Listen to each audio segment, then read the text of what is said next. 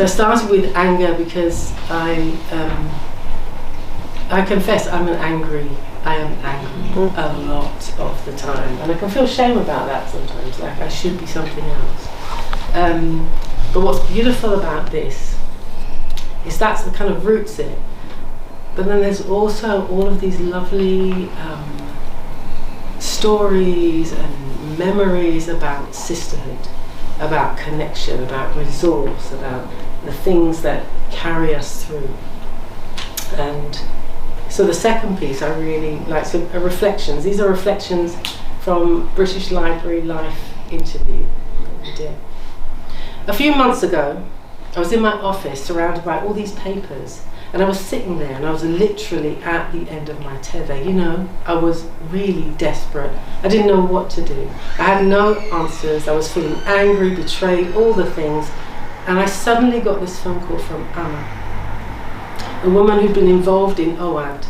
I know her because she's the Ghanaian woman who was actively involved in the East London Black Women's Organisation. I think we probably bumped into each other at a couple of events and said hi, bye type of thing, but nothing major. She rang me and said, Stella, I dreamt about you last night. And the dream was so powerful I had to ring you. I hope you don't mind.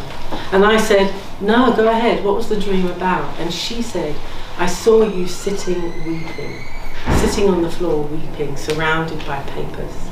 It was such a powerful image. You looked so distraught and there was no one around you supporting you. I just wanted to ring you and say that if you want to talk or you want to come and spend the day with me, the offer's there. And I thought, how? Nobody knew. There's no way she'd, I mean, she knew my mum had died, but she didn't know anything else. She certainly wouldn't have known about me sitting there surrounded by legal papers. So I took her up and I went down to her house. And to me, it was such a powerful testimony of the strength of the sisterhood that we established in those early days. Because 30 years on, after speaking casually 2 or 3 times, this woman could ring me up and tune straight into my emotional landscape.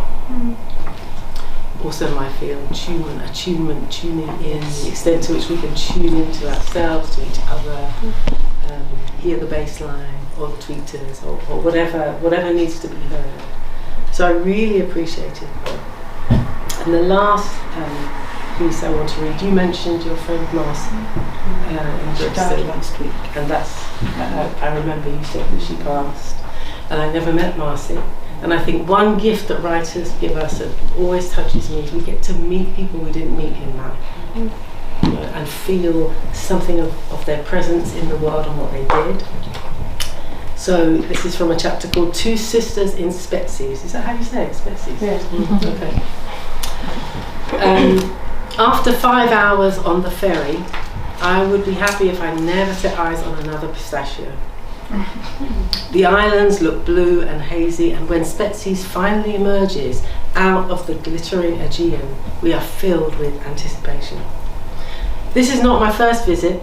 The bustling port looks vaguely familiar, full of arriving or departing tourists and local people offering rooms or simply hanging out to see who the ferry has brought in. Despite the oppressive heat and the weight of our suitcases, it's good to be back on dry land. Our bubble is burst by the failure of someone to confirm our booking. We are hot, hungry and homeless and thoroughly pissed off.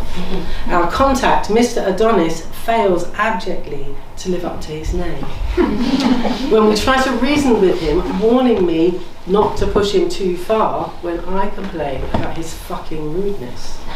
Full of menstrual tension, we have no choice but to wait for Lucy's arrival at 6, when we are assured all will be resolved. The carrier bar is our only option. After all, we reason, we have to kill the time somehow.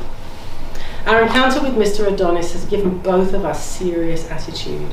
As we sip our margaritas, we compose a poem in the tradition of the blues, both to console ourselves and have a damn good laugh at his expense. And here we have, I will end with, I don't know how I did this to myself, Ode to Adonis, which is in the spirit of the blues. Okay.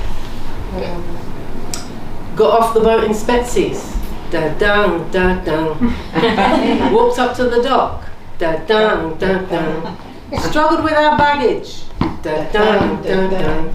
But the damn travel agent's door was locked. Thank you. Lucy don't go on her siesta. Dun, dun, dun. Whole damn island is asleep. Dun, dun, dun, dun. All we ever wanted was to rest our aching feet. You got all mean and feisty like white folks often do, but if you fuck with us, Adonis, we'll put juju on you. You can fall into the sea, get washed clean away, or eaten by one of them octopi that hang out in the bay. Whatever fate befalls you, we won't pay you no mind. You had your chance to apologize and you was plain unkind. You cussed and yelled and acted up. It was just a crying shame. And for all your heartless antics, we wish you serious pain. We've seen it up in London, Chicago and Athens too. Trouble with you white folks is you don't give us our due, but when you think about it, you've been ripping us off so long. It must be hard to look at us and admit you've done us wrong. It's a bad, cruel world out there, and if you'd only try looking back, you'd have to admit you got where you are right off our people's back. But you'd better be careful, Adonis, because your time is almost due. Black folks from Brixton to Southside, be done with the likes of you. Marcy and Stella, the Carrier Baskets, 29th of July, 1990. I got to be there for a minute with you. Thank you so much, Stella.